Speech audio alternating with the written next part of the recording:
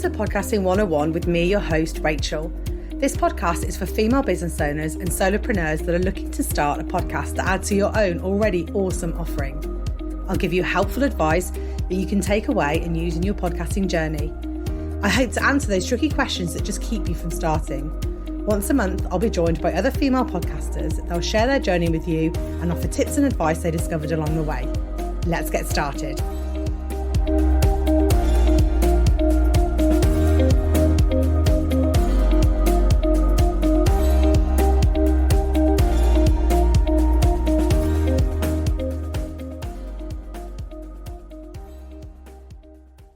Hi, welcome to this week's episode.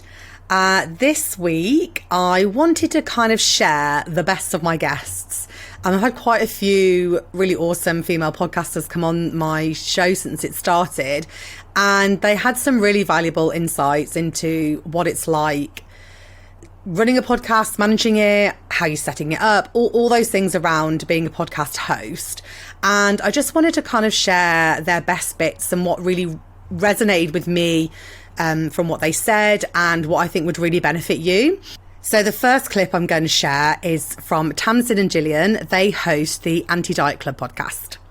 Brainstormed a lot of the topics we wanted to talk about and then narrowed that down, decided on how many episodes that we would put out for the first season. We've always been very this is flexible. We're not answering to anyone other than ourselves. Like, this is our decision, what we feel comfortable with. And the first thing that we did was made sure we recorded 3 episodes, I think it was, Gillian, wasn't it? We recorded 3. So we had 3 to start off with. So we almost had some in the bank. So we weren't then scrabbling around to try and do the next one. We decided on the drumbeat of when we would record, and we planned it. We planned it really well, but to not to the point where we were exhausted. We're like, does this fit in with our life? Can we fit this in around our work? Can we, how much time is all this going to take up? Because, everything from the editing, as to having the podcast handle and, putting out posts each week about that and advertising it and posting that on our own handles. And planning is essential. And I love how realistic Tamsin and Gillian are being with their planning. They have made their podcast fit in with what what time they have available themselves. So they haven't tried to crowbar it in and overcommit themselves. They have been mindful of the time that they both have in their business and in their personal lives, when to record and when they can realistically get those episodes released. And also Tamsin talks about batching, and batching is a great idea. I love to do batching, but only if it fits in with what you have going on in your schedule. I batch mine in about 4 weekly episodes, but I have some clients that batch their content in 6 monthly episodes. They meet up, they record all their stuff, and then they record videos, and they can use that content to create all the other parts of content for the business for 6 months, which is amazing. So it's something to think about, and just being realistic on what works for you and your business. The next clip is from Helen Calvert, and her podcast is The No Bullshit Guide to a Happier Life. Yeah, so I think I would always say that it is worth looking into getting a producer. I realise there's a cost to that, and you can do it yourself, but I think that it makes it a lot more sustainable. And my top tip would be to make it sustainable, because you don't want to start a podcast and then have it fizzle out, because that would be a real shame. You've got enthusiastic about making something and you want it to continue. So come up with a good set of episode ideas well in advance. Make sure that how often you're going to do it is sustainable, and outsource what you can if you need to, because that will just set you up to be able to podcast for a lot longer, which is what we all hope as podcast hosts, that we can keep doing this for as long as possible. Her top tip is making your podcast sustainable. This is also a really good piece of advice. If you don't feel that you can start a podcast and sustain it in your business, you really need to consider whether you should even start doing one. As she mentions in the clip, she had a podcast producer, and this really helped her. This was key for her to keeping her podcast sustainable. Obviously, that's nice. Not everyone can can hire a producer, but think about the ways in which in how the podcast is going to fit into your business, and be realistic with your time. Have you got time to do it? Are your client commitments or your family life commitments too big for you to have the podcast? Because there is quite a lot of moving parts, and it's not just as easy as just recording, unless you can send it over to a wonderful podcast manager or producer where you can just record it and they will do all the rest for you, like myself. Tiny little plug there for me. My next clip is from Hannah and Nicole from the Showing Up Solo podcasts.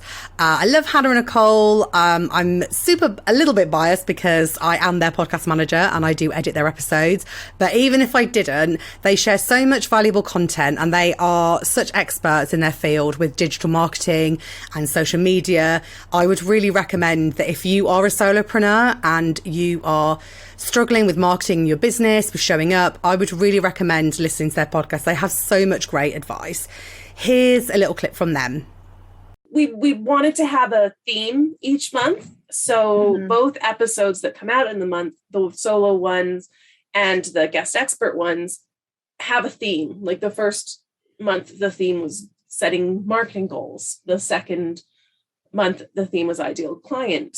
And we wanted that theme so that there's the conversation between Nicole and I, which is very much an informal conversation. It feels very much like you're just joining us for a coffee chat. And then we wanted to invite someone else into the mix who might surprise us with more information, or who can speak more specifically about that particular topic and share their expertise. And again, we wanted it to feel very natural, very much like a conversation. I wouldn't even really call our guest episodes interviews. Would you, Nicole? They're more like chats. Yeah, I would agree with that as well. Yeah. And it was important for us to try to keep them, in theory, to 20 minutes. That was the goal. We wanted them to be short and digestible, although we're talkers. And so when we have our guests in there, we tend to go over. I think creating themes each month for your podcast is a really great tip. This can be super helpful for creating structure and planning for your podcast, especially if you're planning on doing a season perhaps, and you've got X amount of episodes. You can think of a theme for each episode and you can go off of those. And I think that is a really great tip. The next clip is from Sidel Stewart. She hosts the Virtual Duality podcast, and she had some really interesting things to say about the guest process. Here's a clip. The client experience that people have when they're going to be a guest on your podcast is majorly important, and a lot of people overlook that side of it. I say that as somebody who focuses on client experience as my role in my day job, so outside of podcasting. So it's easy for me to focus on that element, but it's been really rewarding to have people comment and remark at how easy or how slick the process was for them being a guest. And when somebody has an experience that feels delightful prior to recording with you, they come with a particular type of energy. And so your podcast is naturally just going to be a really great conversation too. I love this. I learned so much from my talk with Sidel, and I really like the fact that she's really thought about the guest process and the experience that the guest has on her show with her, and leaving them feeling all warm and fuzzy. I would really encourage you to have a little look at your guest process and what you're doing to make your guests feel as welcome as possible. The next clip is from Janet Murray, and she hosts the Courageous Content podcast. Well, I think what was useful for me, because I was a journalist before, I did think that gave me an advantage, because I sort of had this understanding of you don't create content for yourself, you create content for your audience. And again, without probably writing it down or even knowing I was doing it, I was thinking, well, who are the people that I need to listen to this podcast for it to pay for itself and work for my business and attract the kind of people that I would love to work with? Who are those people? What kind of content do they need from me? And it really came from just thinking about what are the questions I get asked all the time. This is so important. You are creating content for your audience. You're not creating it for yourself. So it's really important to consider what would they want to hear. Is the information that you're going to give them adding value and adding to their transformation? The next clip is from Michelle Donayo, and she hosts the Strategy in Small Doses podcast. 90% of the time, my podcast topics come from a conversation I've either had with a client or a prospect or a coffee chat, something like that, somebody in my network. So when I am recording my podcast, it's as if I'm just having a strategy session with a client. That's who I'm always, it's like in my mind, I just get on Zoom or any camera, and again, I literally just view it as if I'm speaking directly to my client, and I talk the same way. It's not edited in any way. It's not scripted. And I've actually gotten some feedback there. People feel like they're listening and they're like, Michelle, I feel like you're sitting right next to me. And that's my goal. Like, I want people to feel like as if we just jumped on a phone call. You're getting the same exact information out of me as you would in a coffee chat as you are on my podcast. Like, nothing truly is different. I love how Michelle is inspired by her network and that she really is listening to what people are saying through her interactions with them on LinkedIn, her coffee chats with them. She definitely shows up authentically. I love Michelle's podcast. I have been connected with Michelle for about a year now, and I love that they are short and to the point and actionable pieces of information. The next clip is from Sabine Schwartz, and she hosts the Next Level Entrepreneur podcast. I saw how difficult it is if you just don't plan, if you just do a post, hey people, I'm looking for somebody to interview, like I did it before in my Facebook group, and then random people just came in there and I just checked their profiles, for example, and then I picked them, but I didn't have a theme before, which was a really big problem. And so I can only suggest really look for the right people, look for your own theme, which really supports your business, because the podcast needs to support your business as well. And it needs to have a specific theme. And so it's really important to really handpick your guests and see what kind of value they can provide. This is a great point. How do you pick your guests? Maybe you need to start thinking strategically about your guests, thinking about who they are, who's their audience, do they align with you? I did an episode a couple of weeks back about guests and how to find them. So if you haven't listened to that, maybe you can listen to that episode. I'll link it in the show notes so it's easy for you to find. This next clip is from Lorna Taylor, and her podcast is Tales from the Gram. But it's also, I also know now that it has helped me get clients. It absolutely has helped me get clients, because when people have come into my world through my Instagram and then realized that I do a podcast, and they'll, like you, like binge a couple of episodes and like really get a lot of value from it, they'll then be a lot more receptive maybe, or open to then working with me, or buying into one of my offers because of the help that they've got from the podcast so far.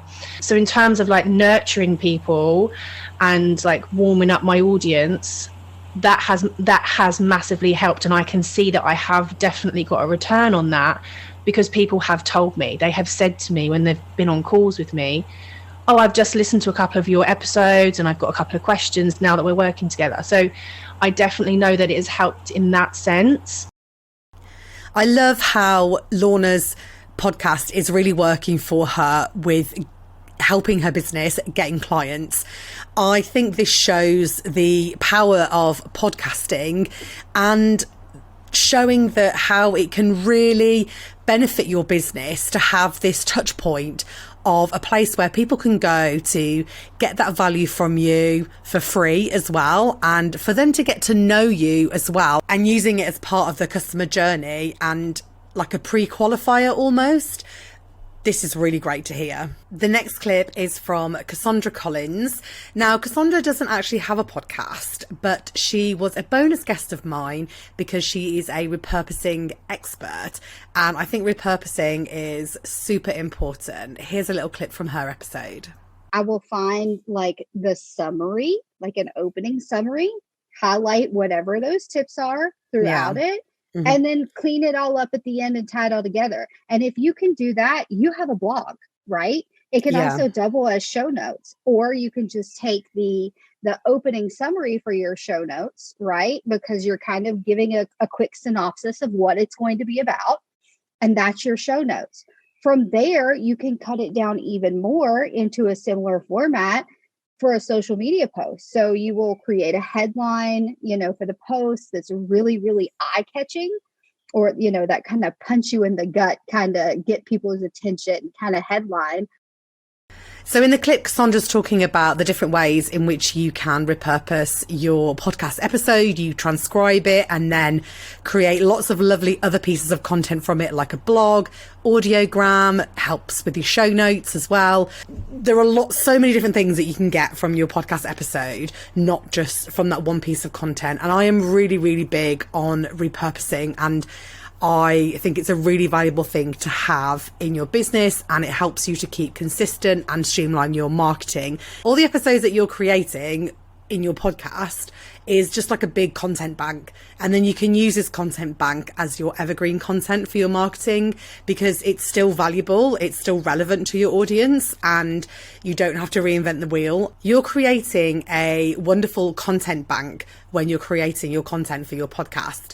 And as I've just said, you can use this content to create lots of other pieces of content for your digital marketing strategy, but also it will create evergreen content for you. What you're talking about will still be relevant for your audience, and also new people coming in at different points and be relevant for different people in different points of their journey.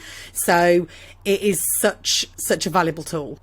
I hope all this wonderful advice from my fabulous guests has helped you. If you like what they had to say, I would invite you to go and listen to their podcasts.